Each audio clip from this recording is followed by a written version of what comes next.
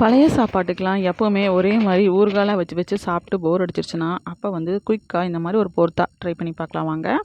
நான் வந்து 2 உருளைக்கிழங்க குக்கரில் போட்டு 4, 5 விசில் விட்டு வேக வச்சு எடுத்தாச்சுங்க.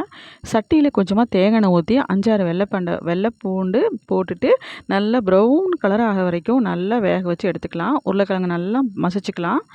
பெரிய வெங்காயம் 1/2 டீஸ்பூன் போட்டுக்கலாம். கொஞ்சமாக உப்பு போட்டுக்கலாங்க. 1/4 டீஸ்பூனுக்கு மஞ்சள்தூள் போட்டுக்கலாம். இப்போ பார்த்தீங்கன்னா பூண்டு வந்து நல்லா ப்ரௌன் கலர் ஆயிடுச்சு. இந்த மாதிரி செவக்க வறுக்கணும். இதை அப்படியே எடுத்து நம்ம வந்து உருளைக்கிழங்குல போட்டுக்கலாம். பார்த்தீங்கன்னா இது எல்லாத்தையும் போட்டுட்டு அதே எண்ணெயில் 2 வரமிளகா காரத்துக்கு தகுந்த மாதிரி போட்டுக்கலாம். நான் 2 தான் போட்டிருக்கிறேன். அதே மாதிரி நல்லா செவக்க வறுத்துக்கணும். அதையும் எடுத்து உள்ளே போட்டுக்கலாங்க.